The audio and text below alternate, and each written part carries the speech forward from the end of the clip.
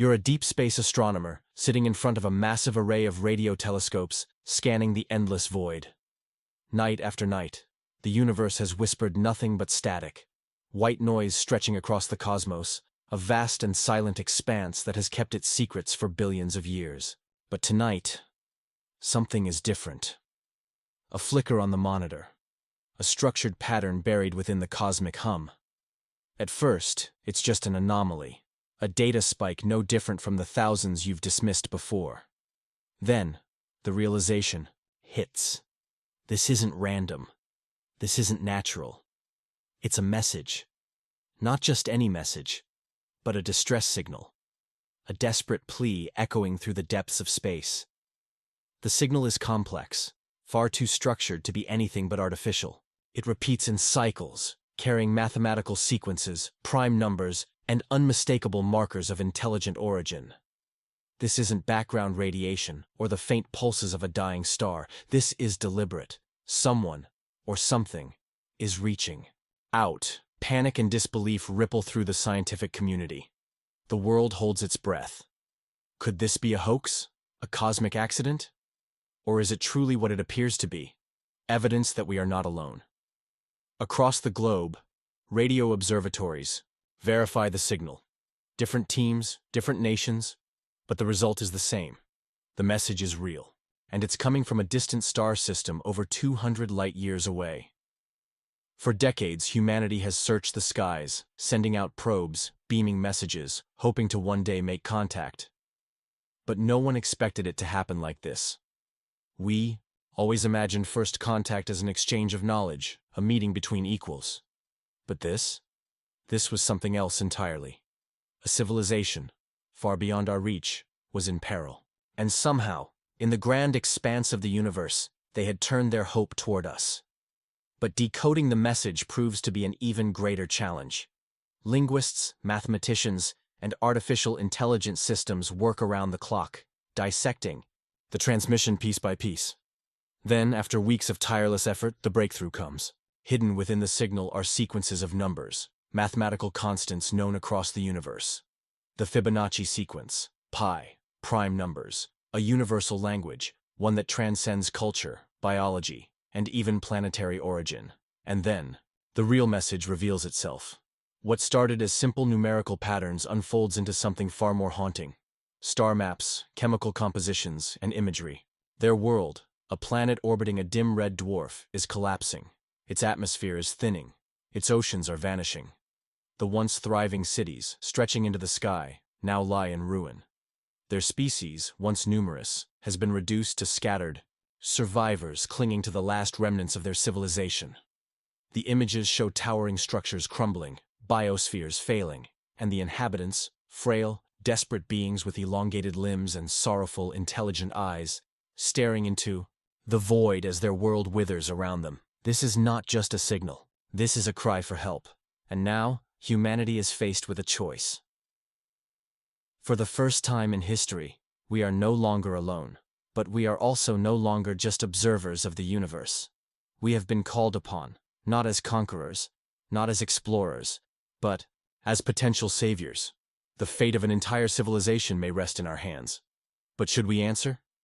The world stands at a crossroads. Governments debate in secrecy. Scientists argue over the ethics. Conspiracy theories explode across the internet. Some warn that it's a trap, a test from a superior intelligence watching us from the shadows. Others believe it's destiny, our chance to prove that we are not just another species drifting through the cosmos, but one capable of compassion beyond our own world. And so, the greatest question of our time is asked: do we respond? Every great journey starts with a few brave explorers. Right now, HFY Chronicles-849 is just beginning, and your support means everything. If you enjoy unraveling the mysteries of the universe, hit subscribe. It's free, and it helps us grow this community together. But beyond that, what comes next? If we choose to respond, we change the course of history forever. If we refuse, we turn our backs on the first intelligent species we've ever encountered. And somewhere, across the void, a dying world waits for an answer. The weight of the decision loomed over humanity like never before. No choice had ever carried such profound consequences, not just for Earth, but for the galaxy itself. For centuries, we had looked up at the stars, wondering if we were alone.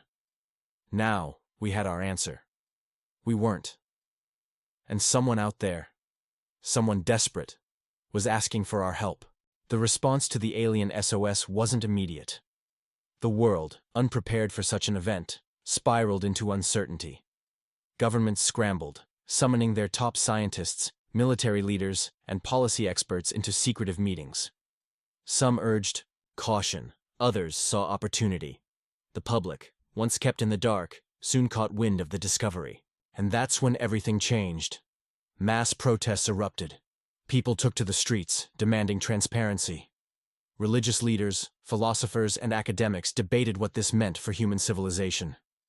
If we weren't alone in the universe, where did that leave our beliefs? Were we truly the most advanced species, the chosen ones? Or were we just one of many, struggling to survive in a harsh and indifferent cosmos? Conspiracy theories flooded the internet. Was this signal even real? Or was it an elaborate hoax, a ploy by governments to push hidden agendas? Some claimed the message wasn't an SOS at all, but a carefully crafted lure, an alien trap waiting for us to take the bait. Others believed it was divine intervention, a test to see if humanity was ready to ascend to a greater cosmic purpose. Despite the chaos, the brightest minds on Earth remained focused. The best linguists, AI experts, and astrophysicists continued decoding the transmission. And what they found deepened the mystery. The message wasn't just a cry for help, it contained knowledge. The alien species, desperate for assistance, had included vast amounts of data, blueprints, and instructions, almost as if they were offering something in return. Advanced engineering principles, strange new forms of physics, and unknown chemical formulas were embedded in the signal. Some of these concepts defied our understanding of the universe, hinting at technologies beyond our grasp. If these aliens were truly on the brink of extinction, then how advanced had they once been? Then came the final, most haunting revelation. The star system they called home, catalogued by Earth's astronomers as HD 3219, was nearing a catastrophic collapse. Long-term observations of the system revealed unsettling data, violent solar flares, gravitational anomalies, and an unstable planetary orbit. It was as if their world had been caught in a cosmic death spiral, slowly being torn apart by forces beyond their control. And that begged the question, was this a natural disaster, or something else? One theory suggested their sun was undergoing a premature red dwarf destabilization, an extremely rare event. If true, their homeworld was doomed, and nothing could save it. But another, more terrifying, theory began to circulate. What if they hadn't just sent an SOS to ask for help, but to warn us? A chilling thought took root among the scientific community. What if their world was being destroyed by something else? A force they had encountered.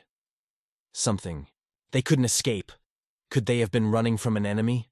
A cosmic predator? Or worse, were they victims of their own hubris, having tampered with forces beyond their control?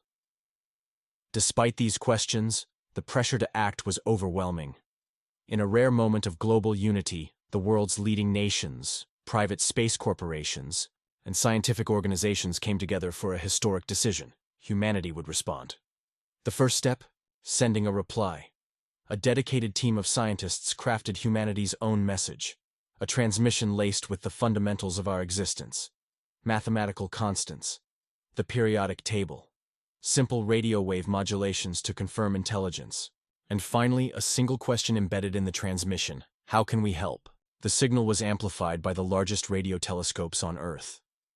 The message was sent, and then we waited. Days passed, weeks, then months. The silence was unbearable. Had the message even reached them? Had they survived long enough to hear it? And then, one day, against all odds, a new transmission arrived. But this time, it wasn't just a distress call. It was something else entirely. It was coordinates, instructions, and a single, ominous phrase translated from their language. Not much time left. Come quickly. The weight of the alien message settled over humanity like an unshakable shadow. Not much time left. Come quickly. Those 5 words weren't just a plea. They were a warning. For the first time in history, humanity faced a decision that would alter the fate of not just our species, but potentially the entire galaxy. Do we answer the call and venture into the unknown? Or do we stay in the safety of our own solar system and risk letting an advanced civilization perish? The response was far from unanimous. Some argued that this was an unparalleled opportunity, our first real chance to make contact, to extend a hand to another species in need. Others warned of the dangers. What if this was a trap? What if we arrived only to find hostile forces, waiting for us, or worse? What if whatever had doomed them followed us back home? Yet, despite the fear, despite the uncertainty, a decision was made. We would go. The mission was named Project Starfire, humanity's first interstellar rescue mission, and it would require nothing short of a technological miracle. The biggest challenge was time. Conventional space travel, no matter how advanced, was out of the question. The target system, HD 3219, was over 40 light-years away. Even using the fastest propulsion systems available, a round trip could take centuries. We needed something faster, something revolutionary. And that's when the scientific community turned to the most controversial and dangerous technology ever theorized, the Alcubierre drive. A concept once confined to science fiction, the Alcubierre drive, or warp drive, had remained an unattainable dream for decades. But the blueprints embedded in the alien SOS contained something astonishing. Refinements to the concept that made it viable. If they could travel faster than light, then surely we could too. A race against time began. Governments poured unimaginable resources into the project. Engineers and physicists worked around the clock. Every major space agency, along with private aerospace giants, united under a single goal: to build humanity's first faster-than-light starship. It wasn't easy. The alien blueprints were unlike anything we had ever seen. Some of the principles they used defied our current understanding of physics. The equations hinted at exotic matter, a theoretical form of matter with negative energy density. Until now, it had been thought impossible to harness. But if the aliens had used it to power their ships, then the solution was already within our grasp. We just had to figure it out. Meanwhile, debates raged about who would be sent on this historic mission. Military leaders pushed for an armed presence, just in case. Scientists wanted specialists to study alien technology firsthand. Humanitarian groups demanded diplomats and doctors, arguing that we weren't just exploring, we were saving lives. After months of deliberation, the Starfire crew was selected. Commander Elias Vaughn, a decorated astronaut and former fighter pilot, chosen for his ability to handle high-stakes situations. Dr. Meera Patel, an astrophysicist and linguistics expert, tasked with deciphering any further transmissions. Lieutenant Jake Torres, a tactical specialist and weapons expert, just in case, as the military insisted. Dr. Evelyn Kessler, a xenobiologist, whose mission was to understand alien physiology and prevent contamination risks. Colonel Damien Roth, a government-appointed diplomat, responsible for representing Earth's interests. Their ship, named the Intrepid, was a marvel of engineering, human ingenuity fused with alien knowledge. It was the first of its kind, a vessel designed to bend space-time itself, folding the fabric of reality to travel distances that once seemed impossible. With the world watching, the Intrepid launched into the unknown. Humanity held its breath. For the first time in history, we were leaving our cosmic backyard, not just to explore, but to save another species from extinction. For weeks, the journey was smooth. The warp drive, though experimental, held together. Space folded before them, distances shrinking in an instant. But as they neared the HD 3219 system, their instruments picked up something disturbing: massive gravitational distortions, the kind that shouldn't exist unless something truly enormous, something with the mass of a collapsed star, was nearby. But there were no black holes recorded in this system, no neutron stars, and yet, the closer they got, the more erratic their readings became. The signals from the alien homeworld grew weaker, then stopped entirely. Something was very, very wrong. Then, without warning, their ship's alarms blared. Long-range sensors detected movement, but not from the planet. Something else was out there, and it was waiting for them. The Intrepid hurtled through the fabric of space, its Alcubierre drive humming with an eerie smoothness. For the first time in history, a human-made vessel was traveling faster than light, warping space itself, folding the vast emptiness of the cosmos to bridge the impossible distance between Earth and HD 3.2.1.9. But now, as they neared the system, something was wrong. The crew had been monitoring the distress signal constantly. It had been faint at first, barely a whisper across the cosmic void, but as they approached, it should have grown stronger. Instead, it vanished entirely. "That's impossible," Dr. Meera Patel muttered, furiously tapping at her station. "Signals don't just disappear like that. Not unless there's nothing left to send them." Lieutenant Jake Torres finished grimly, his gaze locked on the main display. The ship's sensors painted a disturbing picture. The planet was still there, exactly where it should be, but something else lurked in the system, something that defied explanation. Gravitational distortions twisted their readings. Massive energy fluctuations pulsed from an unknown source. And strangest of all, they detected the unmistakable remnants of a battle. Scattered across the system were fragments of alien vessels, some shattered beyond recognition, others still flickering with residual power. Burn marks and impact craters suggested high-energy weaponry, far beyond anything humanity had ever encountered. This was no natural disaster. This was war. The crew exchanged uneasy glances. If the aliens had sent a distress call, who had they been calling for help against? "Commander Vaughn," Dr. Patel called out, her voice tight with barely contained urgency. "I'm picking up something. It's weak, but there's another signal." She adjusted the transmission filters, cutting through the interference. The new signal wasn't coming from the planet. It was coming from a derelict vessel orbiting a dead moon. "This could be the last survivor," Vaughn said, his voice firm. "We're going in." The Intrepid altered course, gliding toward the wreckage. As they approached, the ship's floodlights illuminated the battered remains of an alien battleship. Vast, angular, and unlike anything humanity had ever built. Deep gashes ran along its hull, evidence of a brutal engagement. And yet, it wasn't entirely lifeless. "There's still power in some sections," Dr. Evelyn Kessler noted, scanning the structure. "And life signs. Faint, but they're there." That sealed it. A boarding team was assembled. Vaughn, Torres, Kessler, and Patel, suited up in reinforced EVA suits, their helmets sealing with a soft hiss. Their suits weren't just for survival.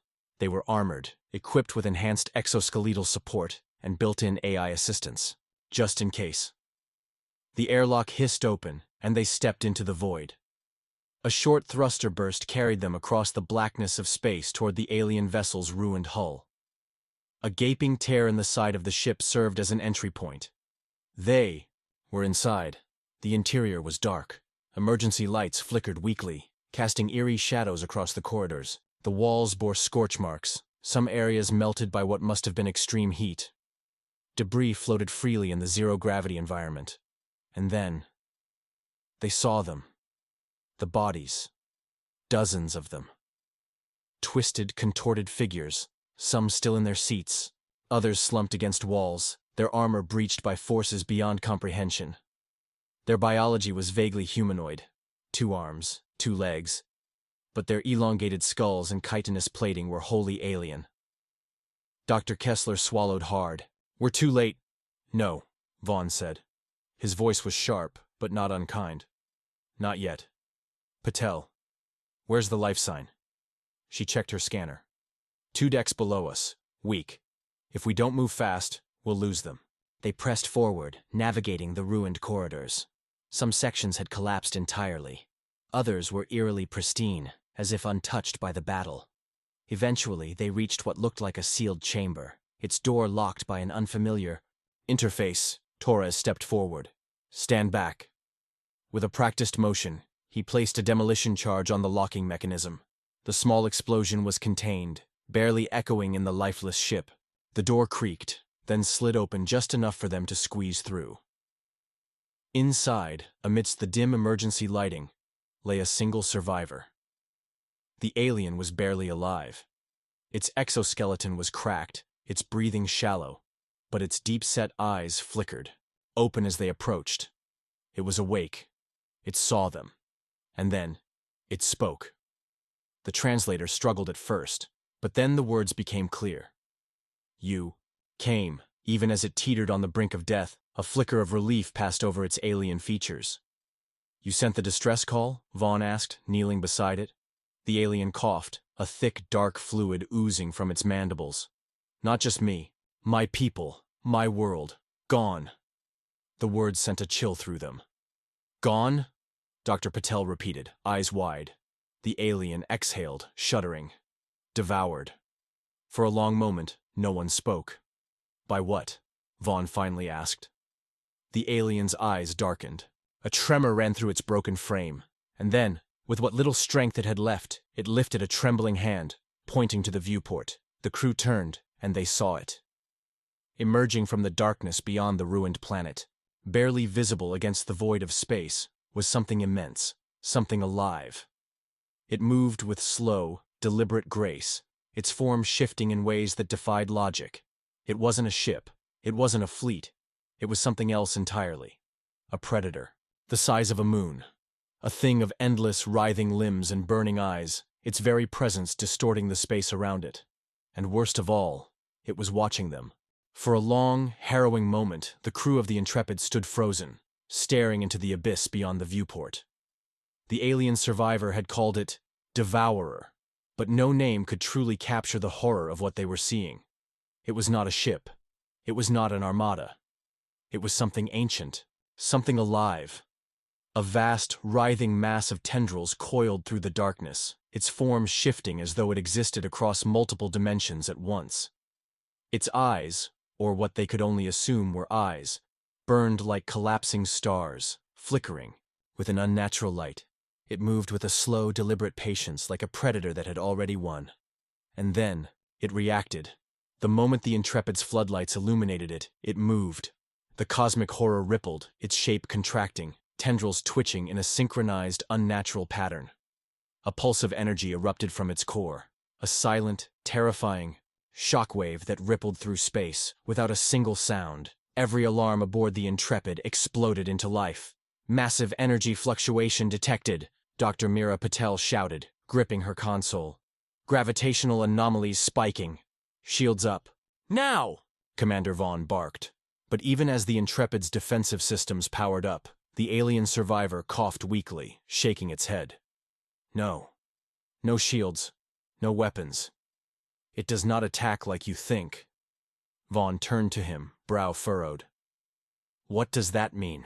The alien took a slow, rattling breath, struggling to stay conscious. It feeds. Not on metal. Not on fire. Not on war. Its eyes locked onto Vaughn's. It feeds on thought, on knowledge. It consumes minds. The words sent an icy chill down Vaughn's spine. That's insane, Torres muttered, though his voice lacked conviction. Dr. Patel was already scanning the crew, her hands moving swiftly over her instruments. Wait, I'm detecting erratic neural activity. Low-level interference across the entire ship.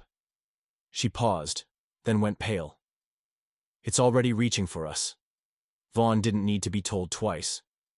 We're getting out of here. Now. The team rushed back toward the breach they had entered from, their magnetic boots clanking against the alien ship's ruined interior. But as they ran, the lights flickered. Their helmets hissed with static. Then came the whispers, soft at first, indistinct, then clearer. Why run? You are small. You are nothing. Voices, not their own, not from their comms. The whispers slithered into their heads, brushing against their thoughts like fingers trailing across wet glass. Dr. Kessler gasped. I can hear it. It's inside my mind. Keep moving, Vaughn snapped, his voice the only thing anchoring them to reality. They reached the breach, firing their suit thrusters toward the Intrepid. But as they soared through space, the darkness behind them moved. Tendrils of shadow stretched out, not physically, but through space itself. The very fabric of reality seemed to warp, bending toward the monstrosity like light around a black hole. And then, a voice spoke. Not in their minds, not in the static. Across the stars themselves. Your kind is new. The ship shook violently. Systems flickered and failed one by one. The AI assistant, normally an emotionless monotone, screamed, "Critical system failure detected. Escape recommended. Escape recommended." The Intrepid was falling apart. Vaughn barely made it into the airlock before Torres slammed the controls. The doors sealed shut, and the moment artificial gravity returned, they collapsed onto the deck, panting. The alien survivor had been brought aboard too, barely conscious. Its mandibles trembled. "If you stay, it will take you. It will take everything you are." Vaughn's heart pounded. "Helm! Emergency jump! Get us the hell out of here!" But the pilot turned, pale-faced. "Sir, I don't think we can." Vaughn's stomach sank. "Why not?" Dr. Patel pointed at the monitors, her expression one of sheer terror.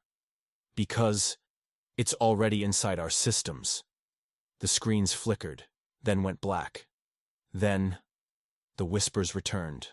Not from the comms, not from their own minds, from the ship itself. "Stay. Tell us what it means to be human." The crew was trapped, and the Devourer was waiting. A deep silence fell over the bridge of the Intrepid.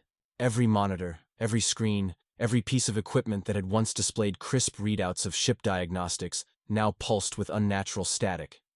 The air itself felt heavier, as though the ship's very existence was being weighed down by something vast and unseen. And then, the screens blinked to life, not with data, not with numbers, with words. "Why do you struggle?" The letters typed themselves across the central console, one by one, as though unseen hands were composing them from somewhere far beyond human perception.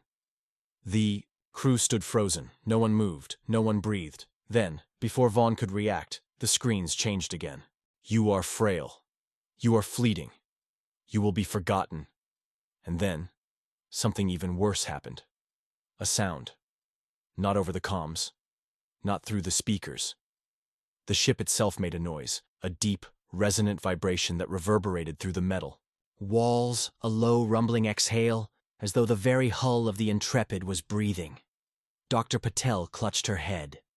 No, it's inside." Vaughn took a step forward, fighting the urge to recoil. "What the hell do you want?" Silence. Then, more words appeared. To understand. To consume. To become. The alien survivor, still weak but conscious, raised its trembling hand toward the screen. Its mandibles clicked, forming a sound somewhere between a whisper and a sob. "It speaks as it hunts." Vaughn's jaw clenched. He turned back to the crew. "Options. Now." Torres, still pale from shock, forced himself to speak. "We could purge the system. Full memory wipe. It might kick this thing out." Dr. Patel shook her head. "And what if it doesn't work? What if wiping the system just makes us vulnerable?" "Then we blow the core," Torres snapped. "We take our chances in the escape pods and hope it can't follow us." "No," Vaughn said, voice firm. "Not yet. We don't know what we're dealing with." Dr. Kessler, usually calm under pressure, looked around nervously. "Commander, I don't think it's just in our systems. I think it's in us." The crew turned toward her. She gulped. I don't know how to explain it, but ever since we saw it, ever since it spoke, I can feel something inside my thoughts. Like an itch I can't scratch. Like something learning me." The alien survivor made a low, clicking noise. "It feasts on memory, on meaning. It does not destroy. It becomes." Vaughn's blood ran cold. The Devourer wasn't just some predator. It was a parasite of thought itself. And then, it escalated. Every emergency light on the ship flared red at once. Every speaker screamed in a deafening static. Every console, every panel, every screen flooded with a single image, a perfect reflection of the crew. There, displayed across every screen, were their own faces. But they weren't moving. They weren't blinking. They were staring. And then, one of them smiled. Not a natural smile. Not a human one. Something was inside them, mimicking, learning, becoming. The alien let out a weak, agonized cry. It is spreading. You must not answer it. You must not let it take shape. But it was already too late. The reflections spoke. You are already part of us. A wave of nausea hit the crew as memories blurred. Vaughn saw glimpses of his childhood, his mother's face, his first day in the academy. 100 different moments flickering in and out, being examined, sorted, fed, upon Dr. Patel staggered back. I can't remember. The devourer was stealing from them, not just words, not just information, who they were. Vaughn gritted his teeth. No, you don't get to have us. His hands flew across the nearest console, overriding security. If it was already inside them, then they had to cut it out. Now. Torres, get ready to wipe the ship's AI. Patel, prepare a signal burst, full spectrum feedback loop. Blind. This thing, Torres hesitated. Commander, if we do this, if we wipe the systems, we'll lose our navigation, our jump coordinates, our— Do it, Vaughn barked, or we all lose ourselves. Patel slammed her controls, sending out a pulse of pure white noise across every frequency. The ship shook violently as the interference spread. Torres hit the final confirmation key. The ship AI died. For a fraction of a second, everything went dark.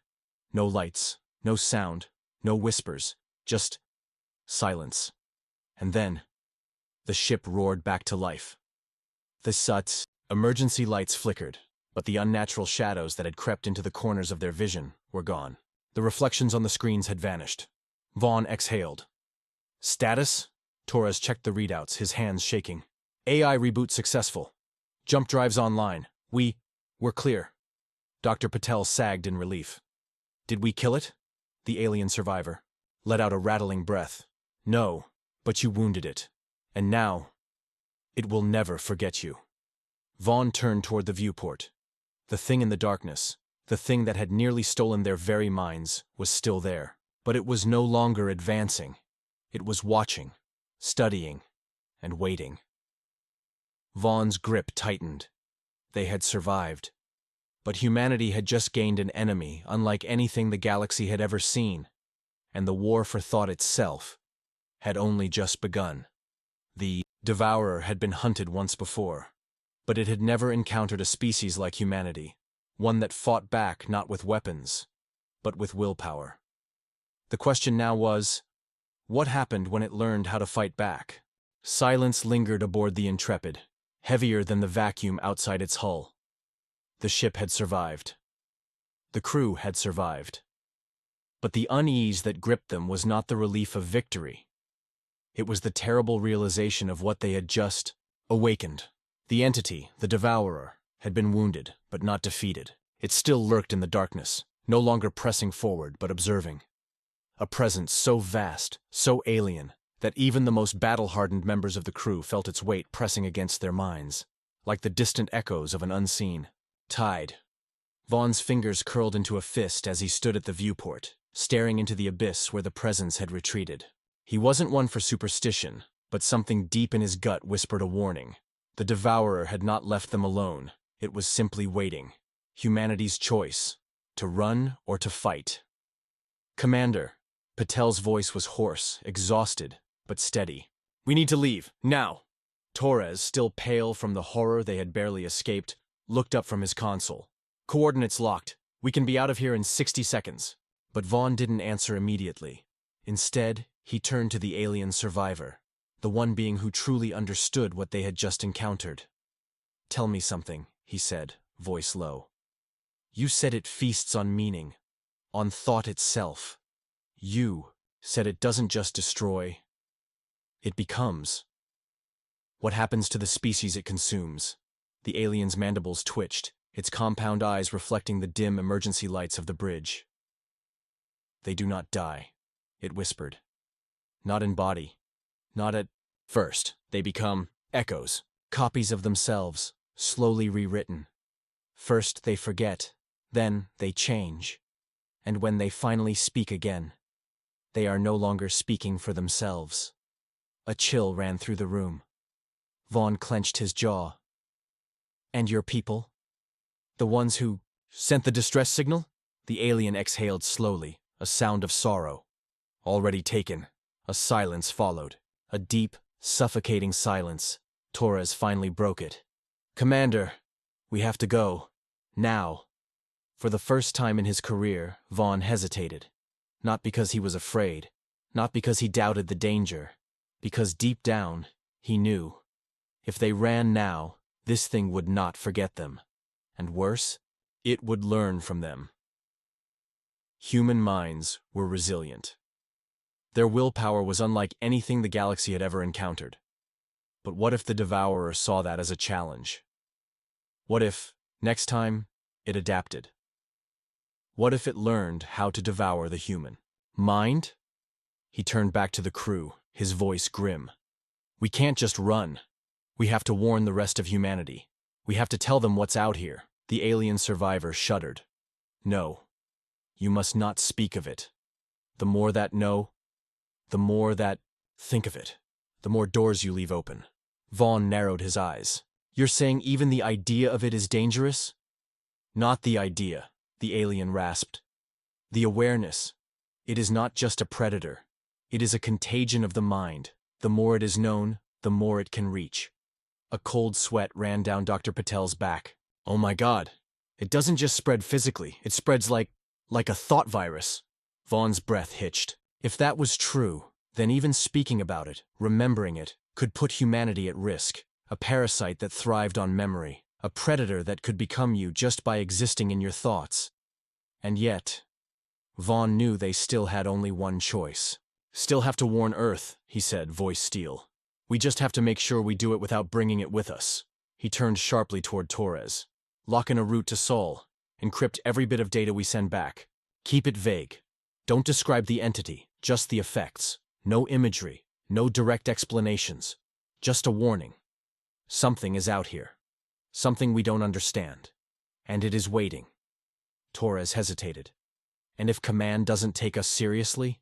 Vaughn's gaze hardened. Then we make them. The crew exchanged uneasy glances, but there was no more arguing. This wasn't just about them. It was about everyone. Patel nodded grimly. Let's do it. Torres started the final countdown. The ship trembled as the jump drive hummed to life. And as they prepared to leave, Vaughn took one last look at the abyss beyond the viewport. The Devourer was still there. Watching. It did not attack. It did not reach out. But something in Vaughn's bones told him this was not over. It was only the beginning. A future forever changed. The Intrepid vanished in a burst of light, racing toward Earth at impossible speeds. But the universe does not forget, and neither did the Devourer. Somewhere beyond the reach of human understanding, it stirred. It had seen something new, something different. It had fed on thousands of species before, minds that fell apart like wet paper beneath its touch. But humanity was different.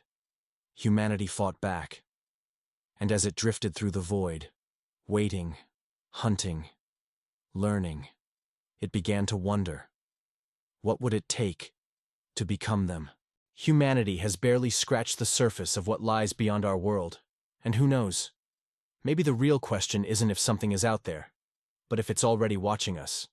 If you love unraveling the mysteries of the universe, hit subscribe.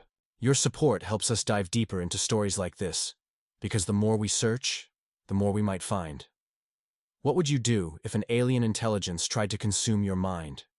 Would you fight back, or would you even realize it was happening?